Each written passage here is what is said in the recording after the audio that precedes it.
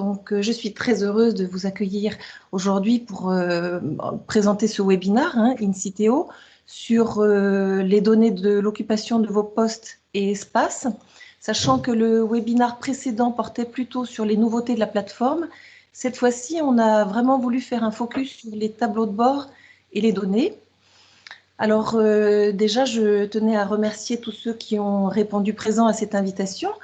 Dans les inscrits, on a noté qu'il y a pas mal de partenaires, des aménageurs avec lesquels on travaille, des intégrateurs audiovisuels, on a des bureaux d'études, des acteurs de la gestion technique du bâtiment, la GTB, et bien sûr, on a des clients et futurs clients. Je voulais aussi remercier les intervenants qui ont bien voulu se joindre à nous pour ce webinaire. On commencera par Artelia, Stéphane Benamou, qui a été directeur digital sur le projet dont il parlera et qui sinon est donc responsable du knowledge et performance. Il sera accompagné de Anthony Kina, qui est directeur immobilier d'Artelia, et Tania Afonso, qui, elle, est chef de projet immobilier. Ensuite, du côté du groupe Renault, on a donc Stéphane Mera, qui est responsable des implantations tertiaires sur l'Île-de-France, notamment le technocentre de Guyancourt, dont il nous parlera tout à l'heure, et César Léal, qui est responsable de la transformation digitale dans la direction des services immobiliers. Alors, quel est l'objectif de ce webinaire ? Tout d'abord, on va vous montrer la valeur des données de fréquentation multicritères qu'on va obtenir grâce aux tableaux de bord qui sont fournis par INCITEO. Ces données vont pouvoir être exploitées par différents métiers de votre entreprise, pas seulement les directions immobilières, qui sont évidemment les premiers utilisateurs, et la DSI qui la met en place en général, tout ça, mais également les services généraux, les ressources humaines, et aussi le management, parce qu'ils vont l'utiliser pour la gestion de leurs équipes. Vous aurez également des exemples concrets sur l'utilisation qui peut être faite de ces données, par INCITEO tout d'abord, mais également par les retours d'expérience qui seront présentés par Artelia et le groupe Renault. On vous démontrera également comment elles répondent aux nouveaux enjeux, notamment à celui de la transformation des espaces de travail qui avait été initié avant la pandémie, avec un développement du flex office. Mais depuis le Covid, on a aussi eu un fort développement du télétravail, qui a été noté par tout le monde, évidemment. Et dans ce contexte, on a plus que jamais besoin d'avoir des informations plus précises et factuelles sur l'occupation de ces bâtiments, donc des espaces, des postes de travail, parce qu'il faut prendre les bonnes décisions pour ces bâtiments. Donc, grâce à ces tableaux de bord, qu'est-ce que vous allez pouvoir faire ? Déjà, vous allez pouvoir vous comparer vos performances à des données moyennes. Vous allez en savoir plus sur la saturation de vos ressources. Vous allez optimiser vos espaces. Vous allez minimiser les taux de réservation fantômes. Vous allez évaluer votre capacité de recrutement. Et pour finir, potentiellement, vous allez, après analyse des données, pouvoir éventuellement regrouper des collaborateurs pour libérer des espaces. Ça, c'est une tendance qui s'opère actuellement, et notamment avec le fort développement du télétravail. Donc, au niveau de l'agenda, on va commencer avec Georges-Étienne Madamé, qui a rejoint les équipes d'INCITEO en tant que directeur commercial depuis cet été. Donc lui, il va plutôt nous présenter les tendances du marché et des cas d'usage. Ensuite, c'est Arnaud Masson, qui est président et directeur produit, qui nous fera une démo des tableaux de bord sous Power BI, qui vont permettre de visualiser les indicateurs clés.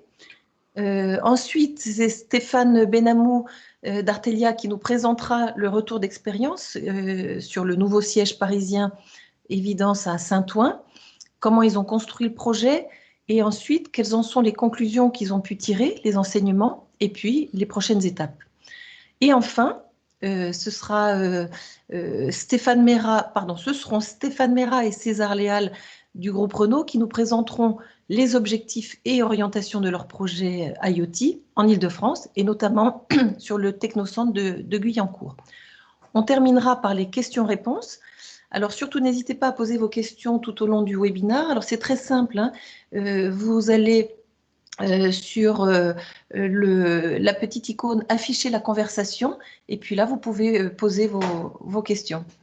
À droite, il y a conversation de la réunion, et voilà, on notera vos questions qu'on reprendra plutôt en fin de webinaire. Bon, mais Georges-Étienne, je te laisse la main, c'est toi qui commence. C'est parti. Bonjour à tous. On est très heureux de vous accueillir. Je ne vais pas répéter ce qu'a dit Claire et je vous propose d'attaquer tout de suite dans le vif du sujet. On a voulu avoir un aperçu assez général de avant, après pandémie. Ce qu'on peut dire, c'est que on avait déjà, on a vécu le boom du télétravail. On était sur quelque chose de très individualisé, c'est-à-dire que c'était en fonction des emplois du temps et des fonctions des uns ou des autres. On était à 20% de télétravail, 23% exactement. On est passé à presque 70%. Donc, il y a un boom du télétravail. Et quand je dis après Covid, ce n'est pas pendant la pandémie, c'est-à-dire que c'est quelque chose qui s'installe. Et j'en veux pour preuve les collaborateurs qui sont concernés. C'est-à-dire qu'avant, il y avait à peine 50% des collaborateurs qui étaient concernés par des situations de télétravail. Et maintenant, on passe à 70%, c'est-à-dire que les collaborateurs qui avaient besoin de leur dossier pour pouvoir travailler se sont prouvés à eux-mêmes et à leur management que le télétravail était possible. Et du coup, télétravail veut dire qu'on est moins au bureau, donc la tendance du flex office, c'est vraiment a vraiment presque doublé, enfin aussi presque doublé. On passe de 33 à 59% de taux de mise en place de flex office.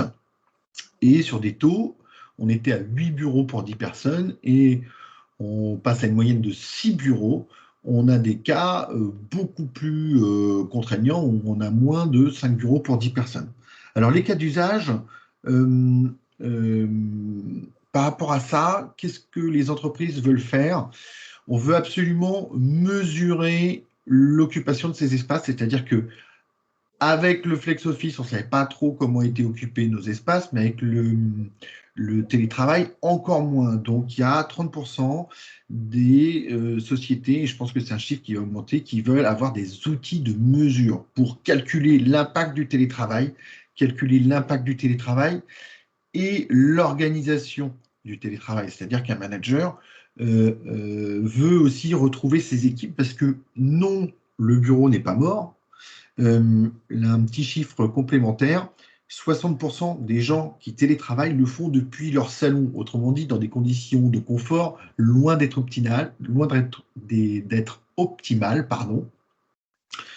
Et donc il faut convertir aussi les métiers à ce flex office. Et donc pour convertir les métiers, on a besoin de données factuelles, je dirais inattaquables. Alors le mot est certainement fort, j'avance pas beaucoup plus là-dessus puisque nos partenaires Artelia notamment ou Renault vont illustrer ce point-là. L'objectif de l'entreprise, c'est d'envisager un projet de flex office sereinement, autrement dit qu'il ne soit pas discuté par le top management et imposé aux équipes, mais que ce soit vraiment un projet d'entreprise. Le calcul de l'impact du télétravail, ça va permettre aussi d'adapter la taille des quartiers et éventuellement rassembler les équipes. Beaucoup d'entreprises vont profiter aussi de cette nouvelle habitude de travail pour éventuellement quitter des bâtiments qui arriveraient en fin de bail. Je continue sur la répartition des espaces. Ça, c'est un point qui me semble intéressant, c'est-à-dire que les postes de travail occupaient à peu près 70% de la surface de bureau versus 26% pour les salles de réunion, les espaces de rencontres informelles. Et on a exactement le strict inverse qui se produit à l'issue de cette période sanitaire compliquée. Pourquoi? Parce qu'on va au bureau pour retrouver du lien social, recevoir des clients, avoir des moments de management privilégiés, et puis faire des brainstorming. On va au bureau pour revoir ses collègues, on va au bureau pour travailler en groupe, on ne va plus au bureau pour retrouver sa chaise favorite. Et donc, les nouveaux cas d'usage par rapport à ces calculs et ces mesures, c'est qu'on va vouloir qualifier la fréquentation des espaces par capacité. Est-ce qu'on a besoin de petites salles, de grandes salles? Donc, un capteur de comptage dans une salle de réunion, au début, était quelque chose vraiment nice to have, vraiment très optionnel. Ça va devenir beaucoup plus récurrent. On veut qualifier les fréquentations des espaces par équipement, ça semble logique. Est-ce qu'on va systématiquement en réunion pour faire de la visio, pour prendre un exemple très bateau? Et du coup, on va vouloir aussi avoir une granularité de calcul plus fine, avec dans le but de modifier le nombre, la position et la typologie des espaces par entité. Autrement dit, vous avez des entités ou des services qui ont le syndrome de la réunionite un peu plus fort que d'autres, et on va vouloir qualifier ces besoins. Et ce calcul est exacerbé notamment quand on est face à des organisations qui travaillent par quartier. L'entité deuxième étage nord est réservée à la compta, par exemple. Donc ces tendances de fond, ça va être ma dernière page, sont exacerbées par des problématiques économiques. Et là, on parle vraiment de gros sous. Je me suis basé sur une étude Arseg que vous connaissez tous en 2020. Quelqu'un qui vient travailler tous les jours au bureau, vous voyez sur le graphique de gauche, ça coûte 11 000 € par an, par personne, dont presque la moitié pour le loyer. Le poste immobilier est la deuxième charge après les salaires pour une entreprise travaillant dans le tertiaire. Donc, si on prend une surface de 10 000 m², les ratios, c'est à peu près 80 salles de réunion ou bulles et 600 postes. Le coût, c'est 6 millions d'euros. Avec un objectif de télétravail serein de 2 jours par semaine, des marges de recouvrement qu'on peut réduire à 5% parce qu'on a des données qui sont fiables et qualifiées, on peut avoir une économie de l'ordre de 35%, c'est-à-dire 2 millions d'euros. Ou on peut rapatrier, rassembler les équipes à hauteur de plus de 300 personnes. Donc le manque à gagner à ne pas optimiser ces espaces de travail, il est de plusieurs millions d'euros. Je m'arrête là pour planter le décor. Vous voyez que le sujet est vraiment d'actualité. Je laisse la main à Arnaud. Merci Georges-Étienne, merci à tous également d'être présents. Je vais du coup prendre la main sur la présentation et vous allez voir apparaître à l'écran nos tableaux de bord. Donc je vais me concentrer pour cette présentation sur l'utilisation live un petit peu de notre outil tableau de bord qui est branché sur des données que nous structurons par client. Et ici, nous affichons des données réelles anonymisées qui vont nous permettre d'illustrer un petit peu la façon dont ces tableaux de bord vont nous permettre d'identifier des problématiques et des tendances. Alors, je vais commencer par la première page. Donc ça, c'est une page à laquelle nos clients ont accès, qui est une page d'indicateurs globaux. Donc là, il va s'agir d'afficher un petit peu une image avec des indicateurs uniques, sans indication de tendance, mais pour faire un peu une photo. Une photo de l'utilisation et les grands chiffres concernant mes espaces, concernant mes postes de travail, d'un autre côté, de l'environnement, de données environnementales et des chiffres de maintenance. Bon, je vais juste un petit peu préciser ce que l'on entend par les différents indicateurs ici. Si je prends l'exemple de celui-ci en vert, c'est un indicateur d'utilisation. Donc l'utilisation, c'est le temps, c'est une notion temporelle, hein, c'est le temps pendant lequel une ressource est utilisée et on va le rapporter, on l'affiche en pourcentage du temps total pendant lequel la ressource est mise à disposition. Donc, typiquement, ça va être les 7 heures de travail journalier et légaux. Donc cet indicateur est généralement utilisé pour avoir une vision générale et financière. Finalement, est-ce que je suis sur un taux d'utilisation moyen suffisant ou pas? Et je vais pouvoir notamment me comparer avec mes pairs, avec une valeur cible. Ici, on a 40% qui s'affiche, que l'on voit un peu à l'écran. J'espère que ce n'est pas trop petit sur nos écrans. Mais on va pouvoir se comparer un petit peu à ce qui se fait sur le marché et savoir si on est plutôt avec une utilisation à peu près dans les clous, on va dire, ou pas. Est-ce que j'ai une déviation significative ou pas par rapport à mes pairs? Je vais ensuite parler un petit peu du deuxième indicateur ici en rose, le taux de saturation. C'est un indicateur que nous avons créé chez Inciteo et qui là va correspondre un nombre de ressources. Il ne s'agit plus de savoir si le temps d'utilisation des ressources moyennes est important ou non. Il va s'agir de savoir si j'ai un nombre de ressources utilisées simultanément qui va être important ou non. Et cet indicateur va être utilisé pour le dimensionnement et pour le suivi, entre guillemets, du risque qui pourrait se présenter. Et ça arrive, et on va le voir dans ces données, à ce qu'une ressource d'un certain type vienne à manquer, et ce qui va bien évidemment créer une frustration parmi mes collaborateurs. Alors nous, pour cet indicateur, on préconise une valeur cible, c'est plutôt une préconisation, hein, de 80%, puisque c'est suffisamment élevé pour ne pas traduire finalement comment dire, quelque chose d'assez inefficace, une dépense inutile, et c'est néanmoins suffisamment loin de 100%, où là, si on s'approche de 100%, on a un risque qu'une ressource vienne à manquer. Donc 80%, c'est un taux à peu près objectivement intéressant. Et puis, on a un ensemble d'autres indicateurs, notamment sur les réservations. Et donc, la réservation, on va permettre à nos clients, finalement, non seulement de connaître, mais également de gérer les problématiques liées à deux phénomènes. Le premier, c'est une réservation d'un espace qui serait inoccupé. Donc, finalement, c'est une réservation fantôme ou un no-show, où les gens, et ça arrive à tout le monde, bien entendu, je réserve un espace, j'oublie que la réunion est annulée, et finalement, je ne me rends pas dans la salle que j'ai réservée, et donc elle va être bloquée pour rien. Donc, c'est une ressource fantôme. Donc, on va mesurer le temps pendant lequel une ressource est réservée et non utilisée.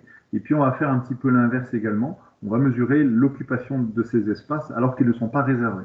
Donc, on a ces deux indicateurs qui vont apparaître ici. On a des valeurs cibles plutôt faibles et on va permettre à nos clients finalement, en fonction de cet indicateur, d'appliquer des règles qu'on appelle check-in et check-out. Le check-in, beaucoup d'entre vous, j'imagine, sont assez familiers. Pour précision et rappel un peu pour tous, le check-in, c'est la capacité d'un système à détecter une présence par des capteurs et lorsque personne ne se trouve dans la zone réservée, au bout d'un certain temps, annule la réservation. Donc en fait, cet indicateur, s'il n'est pas très bon, eh bien, un directeur de site ou d'environnement de travail va être en capacité d'appliquer une règle de check-in et de la paramétrer, c'est-à-dire le temps à partir duquel on va mesurer une occupation et le temps jusqu'auquel on va faire cette mesure. On a aussi du check-out qui un peu là est à l'inverse, le temps maximum pendant lequel on va autoriser une ressource à être inutilisée avant de supprimer la réservation ou plutôt de la raccourcir pour être aligné avec le fait que les occupants d'une salle, finalement, je considère qu'ils sont partis parce que personne ne se trouve dans la salle pendant plus de 20 minutes. Voilà un petit peu les indicateurs de réservation. Des indicateurs plus classiques et finalement peut-être plus simples. Le remplissage, bien entendu, il s'agit de connaître le taux de remplissage de mes salles de réunion. Typiquement, ici, 30% de remplissage. Est-ce que les gens vont choisir des salles plutôt en surcapacité ou est-ce que finalement, l'occupation va être satisfaisante, le remplissage va être satisfaisant, et enfin des indicateurs d'environnement. Alors je vais maintenant, après avoir présenté un peu tous ces indicateurs, on va faire un petit peu des cas concrets. Et donc pour ça, on va aller dans des pages qui sont dédiées à des analyses. Alors ces pages sont beaucoup plus fournies en nombre de graphes et sont concentrées en revanche sur un indicateur unique. Ici, il s'agit de l'utilisation, ce que je vois ici en tête. Pour commentaire, je peux sélectionner la plage calendaire d'analyse de cette tendance et je vais vraiment m'attacher à détecter des tendances. Alors, je vais en décrire certaines et puis juste après, je vais vous poser une question. Donc, si vous voulez vous préparer à réagir sur la messagerie de Teams, n'hésitez pas, parce qu'il y aura une question qui va vous être posée juste après.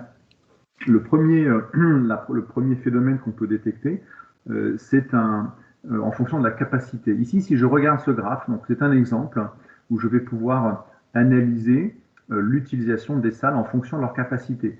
On voit bien ici que les salles de 4 places ainsi que 8 et 12 sont significativement moins utilisées que les salles de grande capacité. Donc là, on détecte déjà un phénomène qui est assez fréquent, qui consiste à réserver des salles un peu en surcapacité parce qu'elles sont certainement plus confortables ou mieux équipées.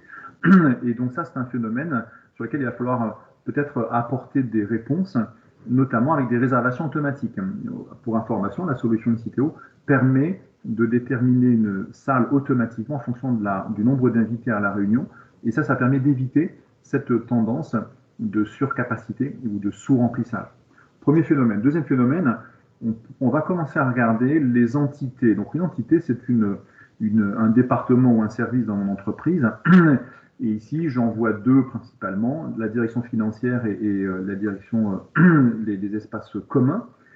Alors la particularité de nos tableaux de bord, c'est qu'on utilise une interface Power BI qui est très souple et qui permet notamment de filtrer, vous avez un ensemble de filtres ici sur la gauche de l'écran, mais également de sélectionner une valeur dans les graphes, ce qui fait qu'on va conserver l'ensemble des valeurs autres que celles qu'on vient de sélectionner, mais en couleur pastel.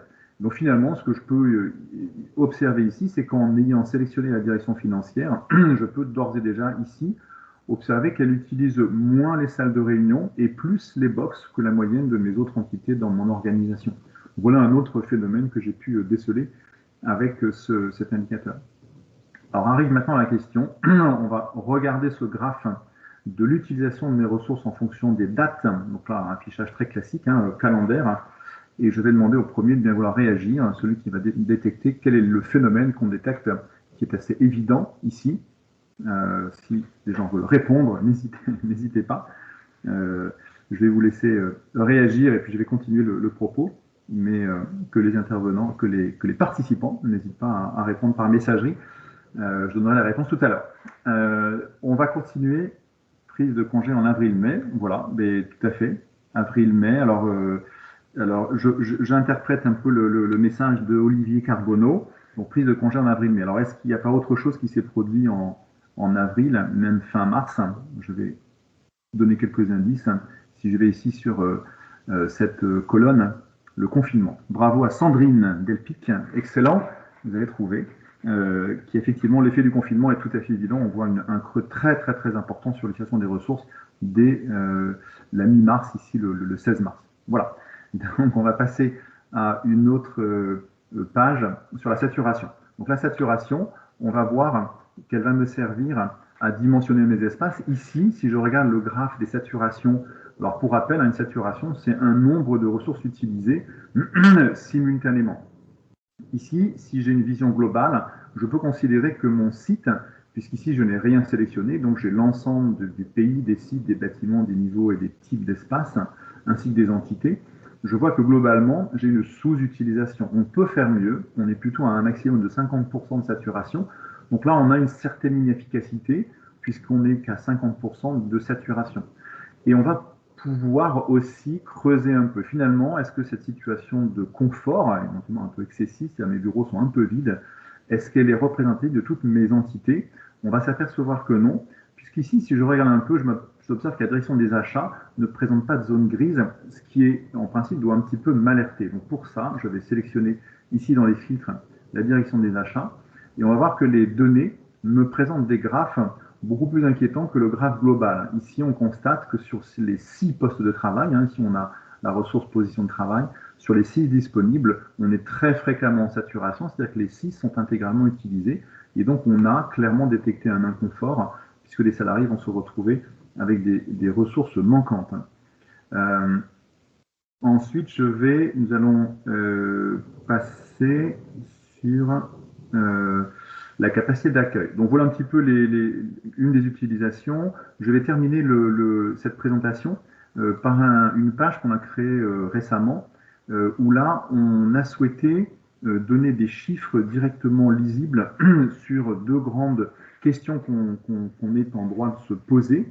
Notamment, la première, c'est a-t-on une capacité d'accueil ou d'embauche, ça revient un peu au même, dans ma structure et sur mon site. Alors ici, on va pouvoir afficher plusieurs sites. En l'occurrence, on a celui d'Issy-les-Moulineaux, sur lequel la DSI m'ayant posé la question, est-ce que dans le site d'Issy-les-Moulineaux, je peux embaucher 5 personnes? Eh bien, la réponse se trouve dans le tableau. Si je regarde la DSI, ici, que je trouve ici, on a 9 capacités d'accueil, 9 positions de travail, 3 capacités d'accueil, donc 5 personnes tient largement. Donc je peux répondre oui, tout à fait sereinement à la DSI qui souhaite embaucher 5 personnes. On a une autre question qui peut provenir du nombre de postes dont j'ai besoin dans mes futurs bâtiments. On va parler d'un autre cas d'usage, la préparation, par exemple, d'un déménagement, un futur bâtiment Et de combien de postes ai-je besoin dans ce futur bâtiment? La réponse se trouve ici, 369. Globalement, sur l'ensemble du site actuel d'ici les Moulineaux, si je déménage dans un nouveau site, je peux estimer directement que 369 postes uniquement sont nécessaires, alors que j'en propose aujourd'hui 412. Et puis, je peux même aller un peu plus dans le détail. Cette DSI qui m'a posé la question, elle dispose aujourd'hui de 42 positions de travail. 35 lui seront suffisantes sur les 42. Et donc ici, j'ai bien une réponse à la problématique d'un déménagement qui pourrait d'ailleurs s'accompagner avec une mise en place d'un flex office. Le flex office permet d'être dimensionné grâce à ces chiffres. Et puis un tout dernier commentaire, et je laisserai la main sur l'intervenant suivant. Le dimensionnement d'espace est également possible, puisque même sur un site existant, je peux me poser la question de l'adaptation du fait que mes ressources et mes espaces soient correctement dimensionnés pour l'usage qui en est fait en réalité. Ici, je peux observer que les box, les bulles de communication, typiquement sur ce site, finalement, j'en offre 31 et 24 me seraient suffisantes. Voilà, donc ça donne un peu une illustration de l'ensemble des usages des tableaux de bord Inciteo. D'autres sont possibles, bien entendu. On a fait un extrait finalement des cas d'usage possibles, mais beaucoup de choses sont possibles. Et je voudrais d'ailleurs dire que nos clients, et en particulier Artelia aujourd'hui, travaillent beaucoup sur ces dashboards et nous proposent beaucoup d'ajouts de nouveaux indicateurs. Alors c'est très facile d'ajouter de nouveaux indicateurs parce qu'on est sur une interface standard et très flexible dans Power BI. Voilà, j'ai terminé, je vais laisser la main au suivant. Merci Arnaud. Donc c'est effectivement Artelia qui va nous partager son retour d'expérience avec Stéphane Benamou, Anthony Kina et Tania Afonso. Donc, est-ce que vous voyez mon partage? Oui. Vous avez pris la main? Ok, parfait. On voit très bien. Il faut que tu tournes. Oui, peut-être. Et alors, je vais tourner, effectivement. Merci. À vous, Stéphane. Bonjour à toutes et à tous. Donc oui, je vais déjà commencer par présenter un peu Artelia. On est en fait pas très connu par le grand public. On travaille essentiellement en B2B. On est une société d'ingénierie indépendante complètement détenue par ses cadres et ses salariés. Et on intervient principalement sur les secteurs du bâtiment, des infra et de l'industrie. On a à peu près 6000 collaborateurs répartis dans 90 agences France internationales. Et ce qui nous intéresse aujourd'hui, c'est le sort de 3 agences. Donc, on va passer à la slide suivante. En fait, le projet est parti sur l'idée de regrouper plusieurs sites du nord de l'Île-de-France, qui étaient Saint-Denis, Aubervilliers et La Défense, sur un site unique à Saint-Ouen. On a déménagé le 13 mars, donc en fait la veille du premier confinement. Et on est parti sur un aménagement intérieur qui était complètement différent de l'aménagement précédent. L'aménagement précédent, il y avait énormément de bureaux cloisonnés. Alors quand je dis bureaux cloisonnés, ce n'était pas forcément des bureaux individuels, mais potentiellement des bureaux individuels et des petits open space de 4 à 8 personnes. Seulement 28 salles de réunion, ce qui était assez peu. Et d'ailleurs, quand on fait le parallèle avec la présentation de Georges Etienne en début de webinaire, c'est assez intéressant parce qu'on est typiquement dans ces chiffres-là. Et l'aménagement cible, en fait, c'était d'avoir un open space généralisé, y compris des jets, environ 70 espaces de réunion ou de coworking. Et donc là, on est sur des espaces qui varient de 2 personnes à 48 personnes pour le plus important. Le besoin, c'était de suivre au plus près leur utilisation de manière à pouvoir adapter, voire réaménager un petit peu différemment en fonction des contraintes. Donc, ce qu'on a fait au niveau du projet, on a positionné des IoT sur les 70 salles de réunion avec des capteurs un peu différents suivant le type de salle. Donc, des capteurs au plafond pour les salles qui sont de petite taille, inférieure à 4 places, et des capteurs desk, donc pour mesurer une vraie occupation sur les autres.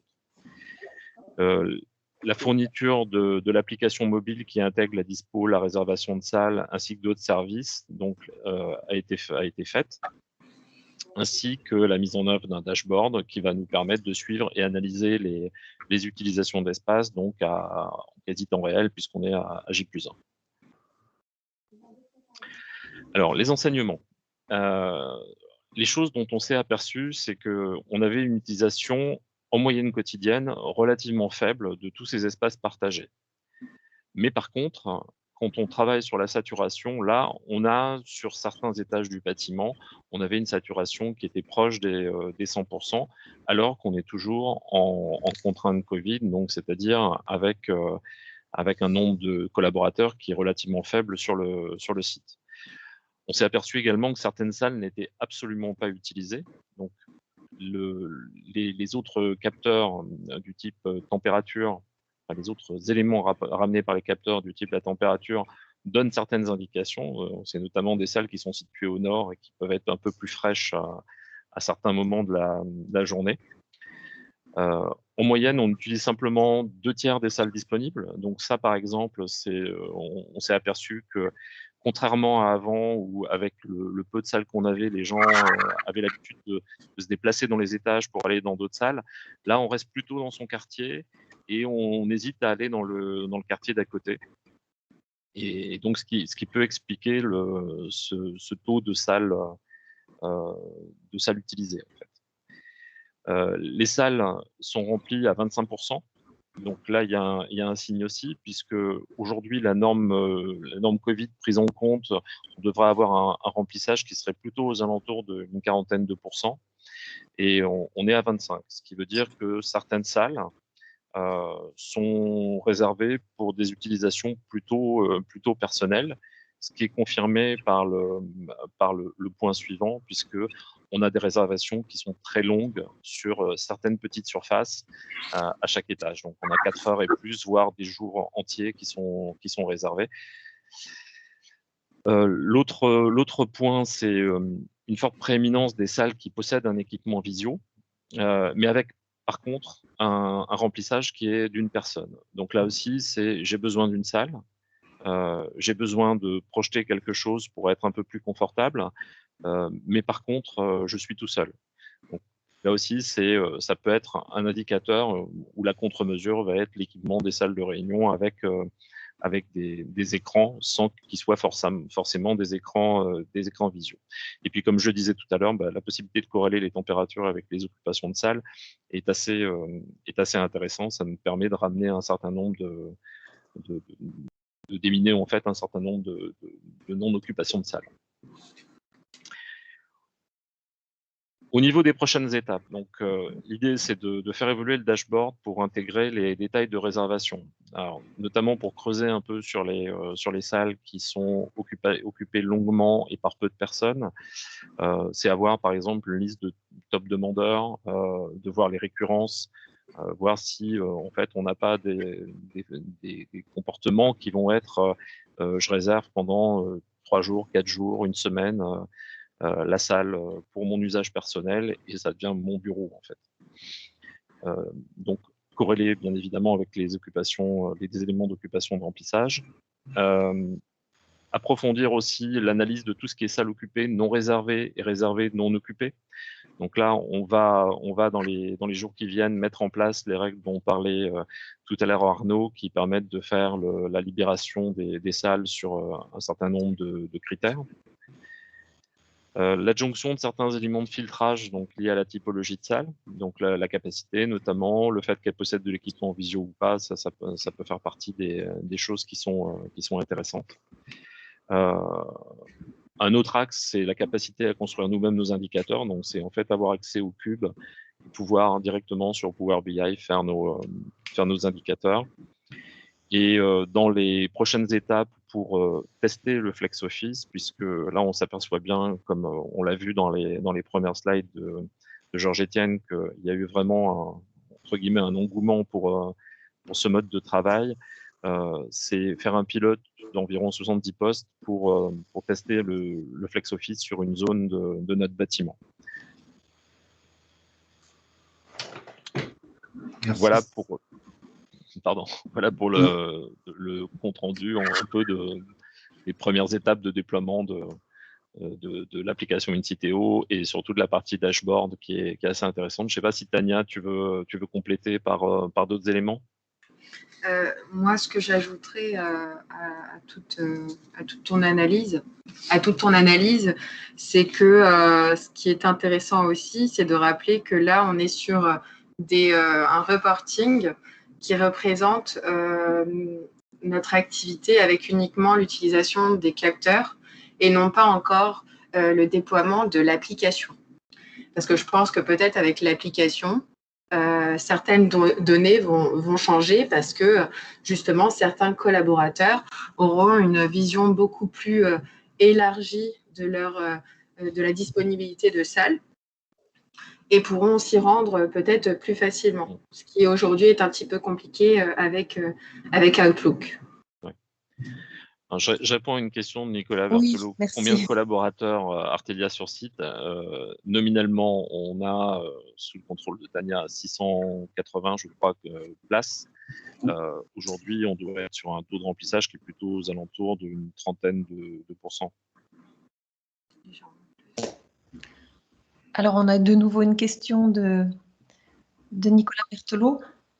Est-ce que prévoyez-vous de connecter l'application au service? Mince, pardon, j'ai un Au service du bâtiment. bâtiment, pardon. Peut-être dans un second temps. On a un petit cas pour être totalement transparent. On attend que l'application, la GTB en fait qui est en place soit complètement sèche. On va dire ça de façon politiquement correcte, et qu'il n'y ait plus de petits bugs. Mais oui, ça fait partie des choses qui sont dans la roadmap. Parmi les autres services qu'on a connectés, on a le lien vers le RIE. Donc, on récupère auprès d'Elior les menus, par exemple, pour les afficher sur l'application. Et il y a également un lien qui a été fait avec une solution Soprasteria GMAO, et qui permet, à partir de l'application, de déclarer dans l'application Sopra les incidents qu'on peut avoir en prenant une photo et en la géolocalisant, ce qui là aussi va être intéressant pour le mainteneur, puisque lui va avoir accès à cette application et donc va pouvoir trouver plus facilement en fait le lieu où l'incident a été signalé. Alors, on a plusieurs questions là sur les indications de température dans les capteurs. Donc là, je vais peut-être laisser répondre. Ça concerne plutôt InCiteo. Est-ce que tu veux répondre, Georges-Étienne, plutôt sur cette partie Alors, je ne vois pas les questions parce que j'étais... Ah, la température est-elle un indicateur? Je peux prendre la main, Claire, sur la température, effectivement, savoir s'il y a un indicateur significatif pour détecter la présence. Voilà. En fait, chez InCiteo, on utilise, ça dépend où est captée cette température. Ça peut être dans les capteurs au plafond qui seraient intégrés à la GTB typiquement. Ça peut effectivement, par une élévation de température, détecter une présence.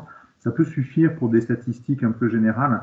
Il y a un point d'attention particulier sur la réactivité, puisque si on veut utiliser cette donnée en temps réel pour indiquer à un utilisateur que la salle est occupée ou non, il faut être très réactif à quelques secondes. Donc en ce sens-là, un capteur de température sur un plafond ne conviendra pas. Sur les postes de travail, on utilise, nous, une combinaison de la température et du mouvement, qui permet d'être à la fois très réactif et de ne pas ensuite subir la problématique de l'immobilité qui peut ensuite, avec un détecteur de mouvement, indiquer une absence alors qu'en réalité il y a quelqu'un. Donc on utilise une combinaison de la température et du mouvement. Il y a une question d'Olivier Carbonneau, je crois, sur le taux de CO2. Donc ça, c'est tout à fait possible dans la solution. Il faut des capteurs dédiés qui sont capables de mesurer cette information, mais ça rentre très, très nativement dans les données exploitées par nos tableaux de bord. Et enfin, Monsieur Berthelot, je crois que c'est plutôt probablement pour Stéphane. Oui. Oui, non, on n'a pas, si vous entendez, avez-vous été accompagné par une société extérieure? Non, ça s'est fait uniquement avec les équipes d'InCiteo qui ont parfaitement déroulé le projet, qui nous ont supporté au premier sens du terme, puisque en fait on était en pleine migration Office 365, donc on est passé d'un système à un autre, donc ce qui n'a pas facilité les choses. Pour revenir sur la température, en fait, quand je parlais de température, moi, c'est parce qu'on est aujourd'hui en air renouvelé intégral à cause du Covid. Et donc, on a des moments dans la semaine où on a peut-être plus de fraîcheur sur certaines zones à cause de ça. Donc, en fait, on peut corréler quand même pas mal à l'utilisation aussi des salles avec ces éléments-là pour savoir pourquoi on n'y va pas. Et Stéphane, on a une dernière question pour vous. Dans le maquis des solutions dédiées au FlexOffice, qu'est-ce qui vous a séduit dans l'offre Inciteo? Est-ce que c'est la souplesse, tableau de bord, l'ouverture? Alors, à vous de dire. Alors, oui, alors c'est vrai que le choix, la facilité en fait de pouvoir positionner des IoT un petit peu différents, ça c'était quelque chose qui était intéressant. On était parti sur un projet assez important au départ qu'on a légèrement réduit, mais je pense qu'il y aura des étapes supplémentaires. On a choisi aussi pour la partie tableau de bord parce qu'on était sur quelque chose de connu pour nous. On utilise dans le groupe la solution Power BI. On avait déjà pas mal, même quand on a vu, maintenant ça doit faire, Arnaud peut me corriger ce que je dis, mais ça doit bien faire 18 mois facilement qu'on s'est vu pour les premières fois.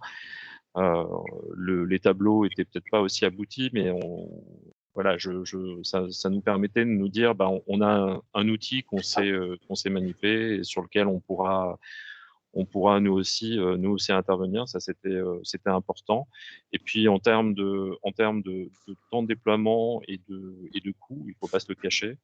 On était là aussi sur des choses qui étaient meilleures sur la partie temps de déploiement et inférieures en termes de coûts. Et aujourd'hui, on est content du résultat puisqu'en termes de qualité, on a quelque chose qui marche bien avec une équipe qui est très réactive quand on monte des petits bugs. Donc, moi, je suis franchement très séduit par la solution et par le suivi de projet qu'on a pu avoir. Merci Stéphane pour ces compliments. Merci pour ce bel exemple aussi que tu nous as donné sur l'utilisation des données.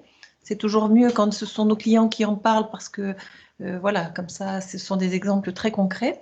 Donc maintenant, on va écouter le groupe Renault, donc Stéphane Mera et César Léal qui vont nous faire leur retour d'expérience.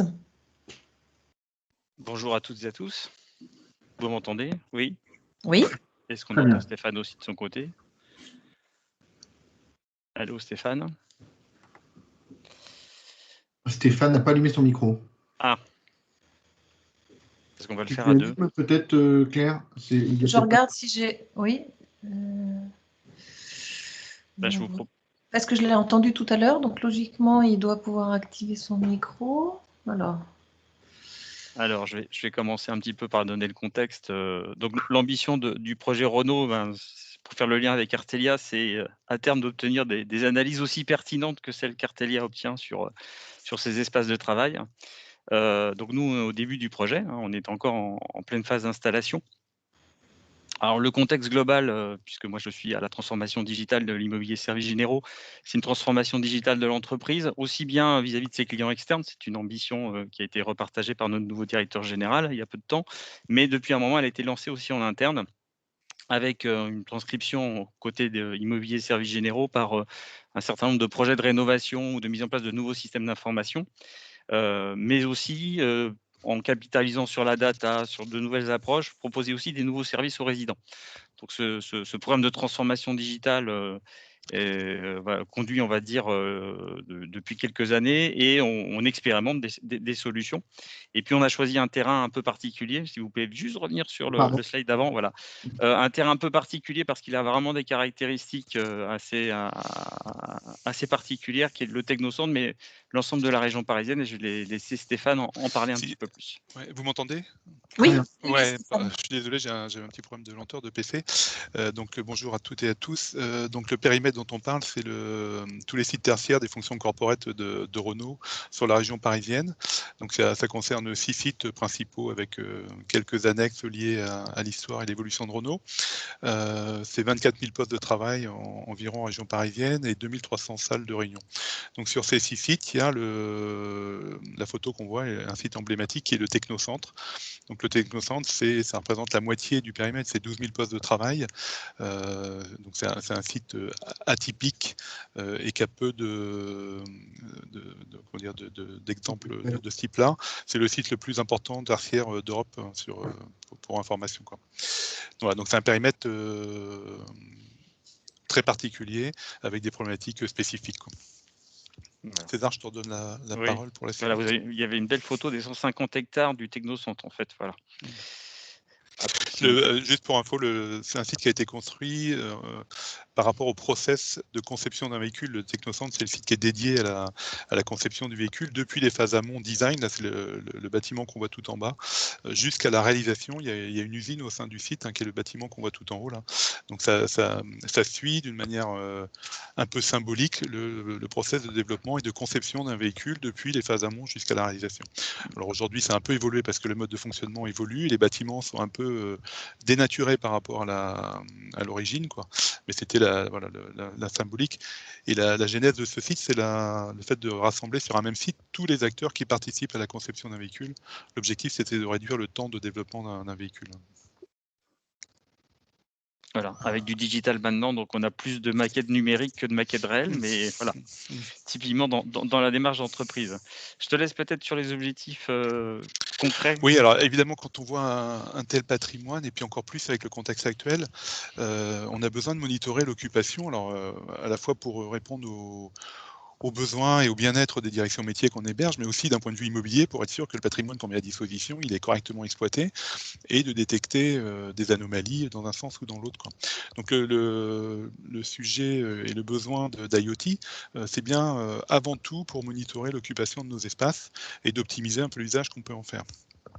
Alors on a évidemment, c'est des problématiques qu'on gère bien avant d'avoir la capacité à avoir de l'IoT. Donc on a déjà fait des choses dites manuelles, quoi, avec des pointages, mais ça ne nous permet pas d'avoir des données d'abord d'une manière dynamique et puis d'avoir des métriques fiables. Il y a toujours une part d'imprécision et le fait d'avoir des données qui sont contestables également par les différents intervenants, quoi. Voilà. Et puis le troisième objectif, je te laisse le présenter, oui. César. Oui, effectivement, dans cette logique de transformation digitale et de recherche de nouveaux services à apporter aux résidents, l'objectif aussi de la pose de ces capteurs, de cette démarche IoT, c'est typiquement par exemple de proposer des services du genre trouver des espaces disponibles, je cherche une salle de réunion, elles sont toutes réservées, est-ce qu'il y en a une de disponible en fait réellement alors qu'elle a été soi-disant réservée. Donc l'idée c'est aussi d'expérimenter de nouveaux services basés sur l'utilisation de ces capteurs, notamment en lien avec les agendas, l'agenda Outlook, puisqu'on est aussi sur Office 365. Voilà, donc l'idée c'est aussi d'expérimenter ça pour voir quelle valeur on peut apporter aux résidents. Est-ce qu'ils accrochent, ils adhèrent à ce genre de choses, de services supplémentaires? Donc sur la partie l'orientation de l'expérimentation le parti pris qu'on a pris, c'est plutôt de partir sur un pool de capteurs, quoi, de monitorer 24 000 postes de travail nous semble quelque chose de délirant, quoi. On n'a pas la capacité à analyser une telle masse de données. Donc l'idée, c'est d'avoir plutôt un pool de capteurs qui nous sert quand on a un projet de réimplantation d'une direction, d'auditer l'occupation et l'usage que cette direction fait de l'espace actuel. Et puis une fois qu'on a réimplanté des équipes, soit dans des environnements rénovés ou non, d'avoir la capacité également à mesurer l'adéquation de l'espace qui a été mis à disposition par rapport à ce qu'on avait imaginé, les hypothèses de départ, quoi. Donc on est plutôt dans cette logique-là. Ça, c'est vrai pour la partie tertiaire classique, poste de travail, quoi. C'est un peu moins vrai pour la partie service et les salles de réunion, mais c'est surtout pour la partie poste de travail, open space classique, quoi.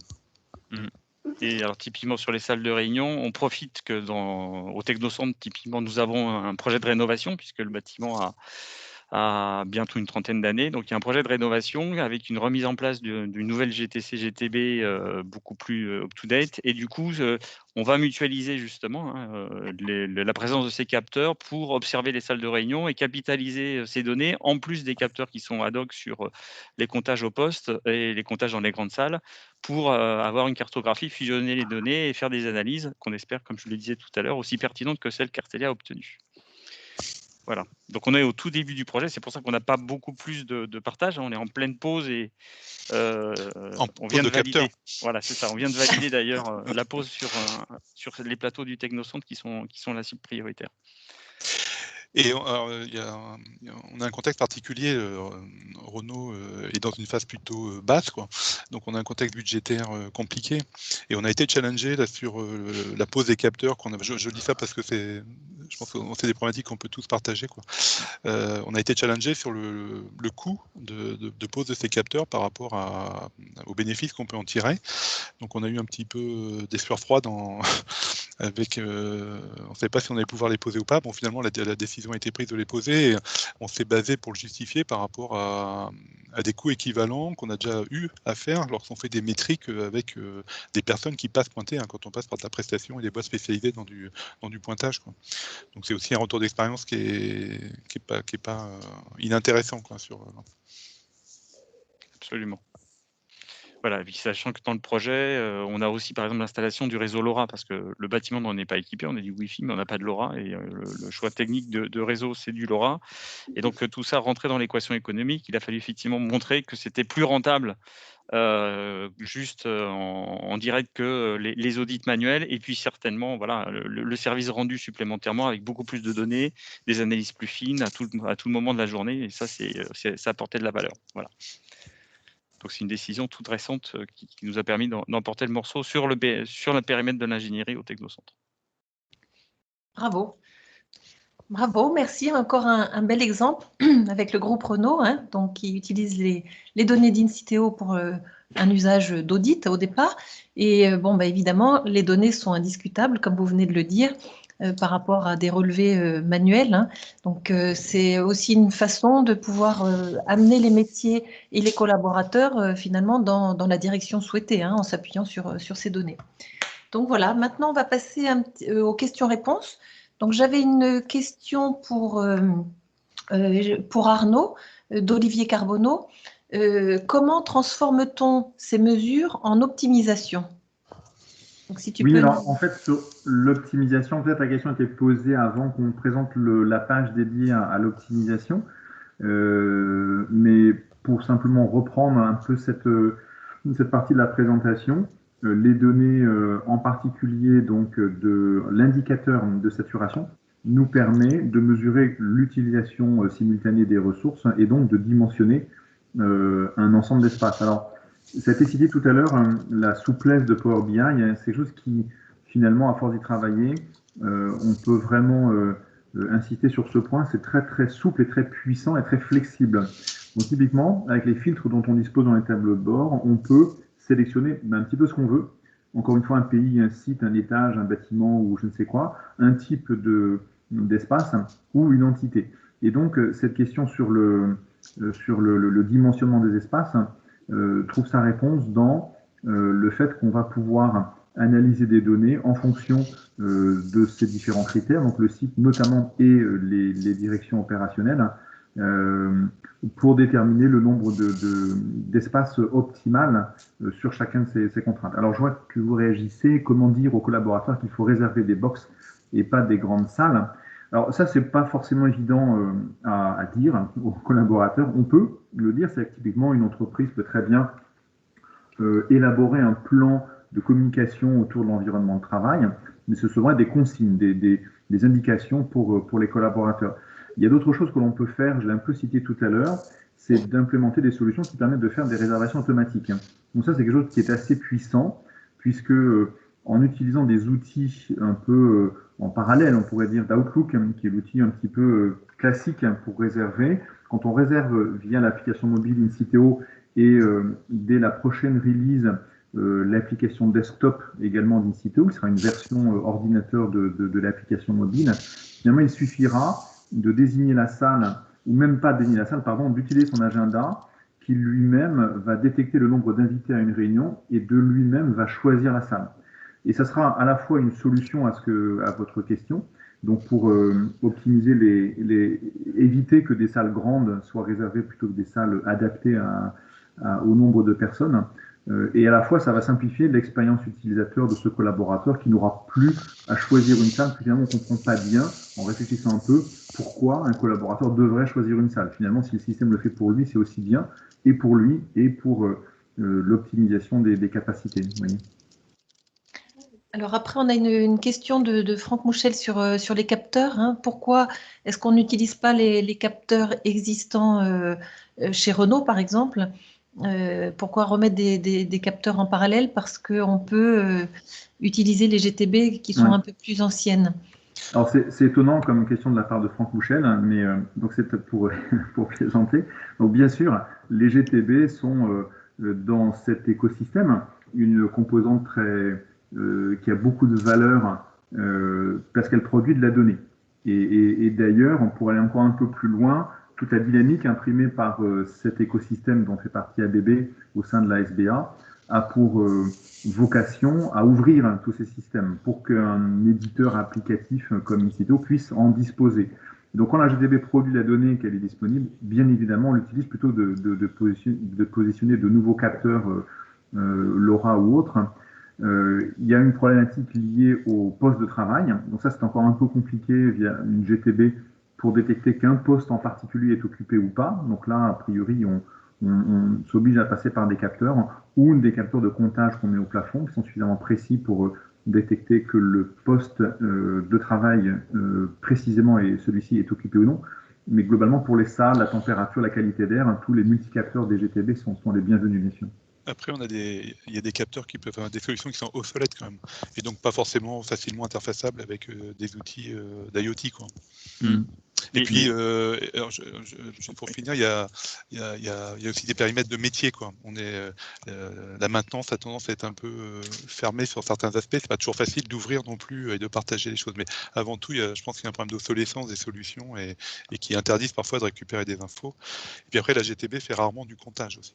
C'est ça. On avait un objet de précision, en fait. L'idée, c'est d'avoir des indications le plus précises possible, notamment sur la partie audit. Donc, voilà, il y a une combinatoire. Dans les petites salles, on peut capitaliser sur la GTC, GTB. La présence est suffisante. Dans les grandes salles, avec l'optimisation de ces espaces, le comptage précis des personnes sur les bureaux, effectivement, on est parti sur des capteurs dédiés pour avoir vraiment une mesure d'audit le plus précis par rapport aux besoins de l'immobilier services généraux. Alors après, on a encore une question sur les capteurs, justement, utilisés. Sont-ils auto-alimentés ou faut-il les câbler? Donc ça, c'est les deux. Hein. On peut proposer des capteurs qui sont auto-alimentés sur batterie et des capteurs qui sont ensuite alimentés par le réseau. Donc, une GTB de 30 ans pour le Technicentre, ça c'est Georges-Étienne qui intervient. Tu veux préciser, Georges-Étienne? Ouais, non, je disais que la GTB du Technicentre avait 30 ans, donc effectivement, n'était pas forcément facile à interroger, parce qu'il y a 30 ans, on ne parlait pas de ça.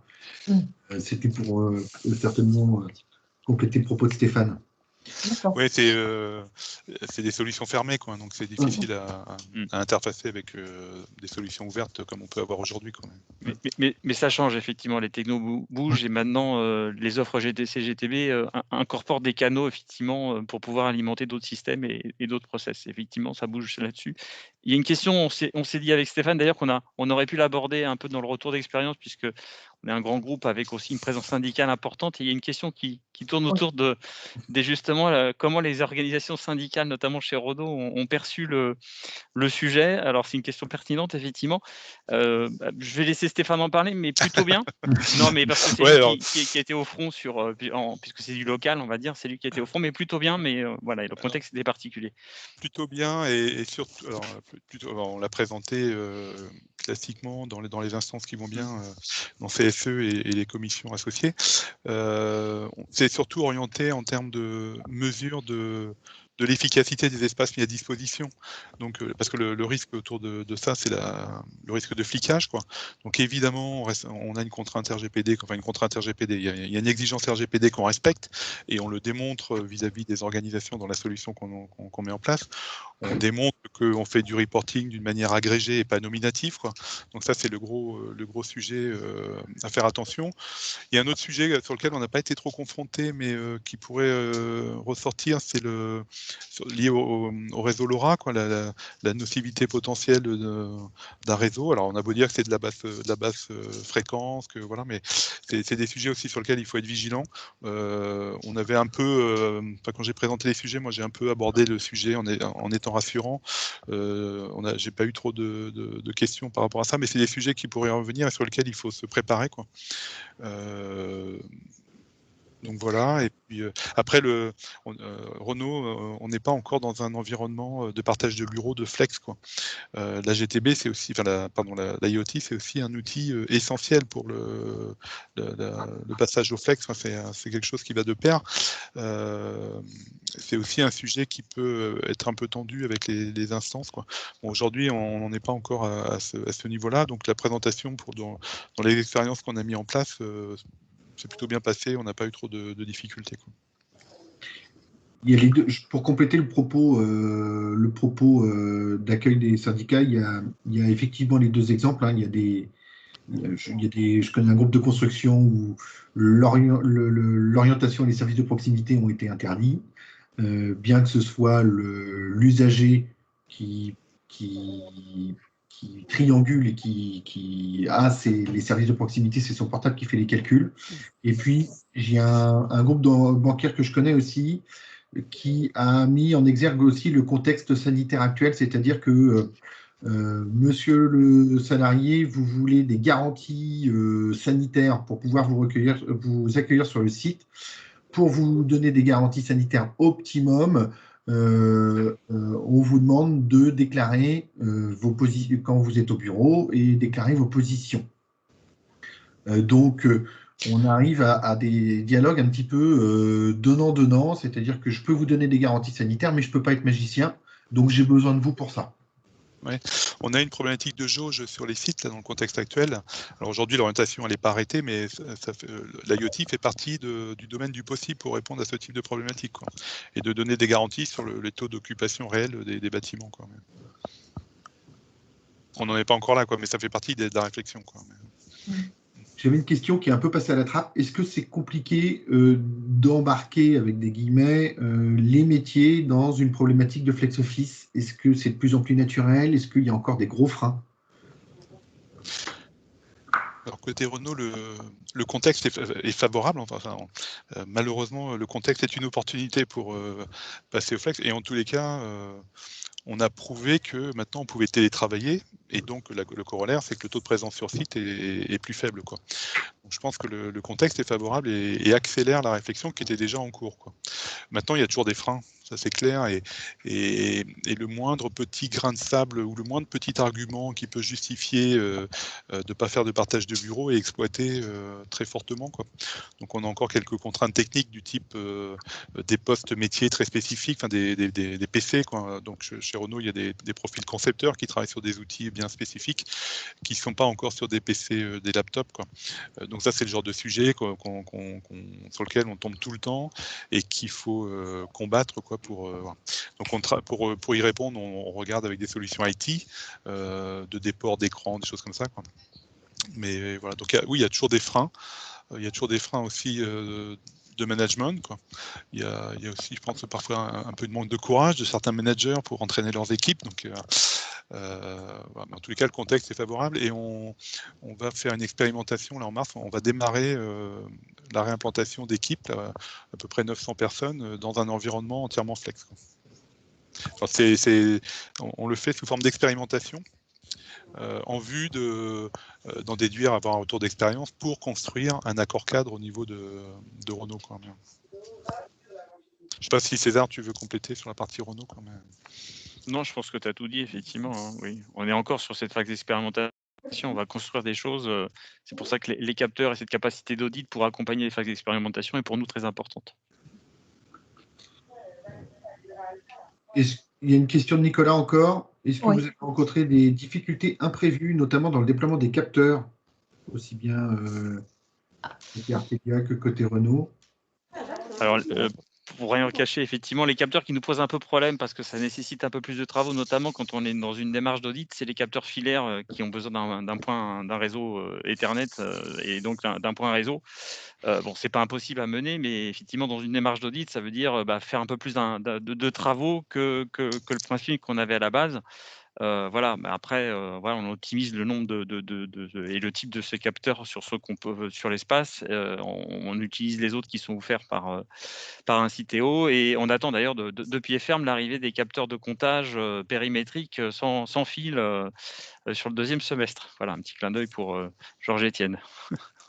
Mais d'ailleurs, on peut peut-être entendre Artelia qui a déployé ce type de capteur, justement. Oui, non, de notre côté, il n'y a pas eu du tout de souci, et effectivement, parce qu'on est en capteur non filaire, justement. Les seules difficultés qu'on a rencontrées, c'était, mais c'est pas du fait de notre fait ou du fait d'Inciteo, c'est, comme je disais, on a une GTB un peu nouvelle version qui a été déployée sur notre site et qui a rencontré des débuts un peu difficiles, et en termes de capteurs de géolocalisation notamment, on a une couverture qui n'était pas satisfaisante, donc en ce moment même, on est en train de déployer des capteurs autonomes pour être complètement indépendant de la GTB et avoir un positionnement qui soit correct pour tout ce qui est guidage au sein du bâtiment. Mais sinon, non, c'est tous les capteurs, que ce soit Géoloc ou les autres, là sont des capteurs collés avec du double face, donc vraiment très simple. On en a déployé nous-mêmes certains, il y a vraiment aucun souci. Je suis désolé, moi je suis obligé de vous quitter, j'ai une contrainte à midi, là, je suis déjà en retard. D'accord. Merci. Merci beaucoup, Stéphane. Merci, bonne continuation. Merci beaucoup. Moi, je vais pouvoir rester 5 minutes de plus aussi de mon côté. Voilà, Voilà. donc on va peut-être... Il y avait le côté pile. Pardon, Olivier Carbonneau avait une dernière question au niveau des capteurs à pile. Donc, la plateforme permet d'avoir l'état de santé des capteurs. Les piles sont données pour la plupart avec une grande marge d'erreur, enfin pas une grande marge de prévoyance, donc on les change bien avant la fin. Et puis, si vraiment c'est un souci, il y a des capteurs qui sont filaires, comme disait Claire, et nous aussi, il y a des capteurs qui s'alimentent avec la luminosité. Donc, on peut traiter ce genre de problématique sujet par sujet. En sachant que c'est des durées de 5 ans, et comme disait Georges-Étienne, effectivement, on intervient avant les problématiques de fin de vie. Donc, en réalité, c'est transparent pour un site. Hein. Alors, du coup, il y avait encore une question. Pardon ? Moi, j'ai plein de questions, mais je suis désolé, je parle beaucoup. Ce genre de projet, vous diriez que c'est plutôt entrepris par plutôt côté DSI ou plutôt côté immobilier, ou c'est vraiment un projet bicéphale? Là, c'était clairement de notre côté, c'était vraiment côté immobilier. C'était se donner de la visibilité. En fait, la DSI est très peu intervenue sur le sujet. Et ils sont intervenus sur toute la partie, on va dire, connexion du SI, connexion des applis dont je parlais tout à l'heure de GMAO.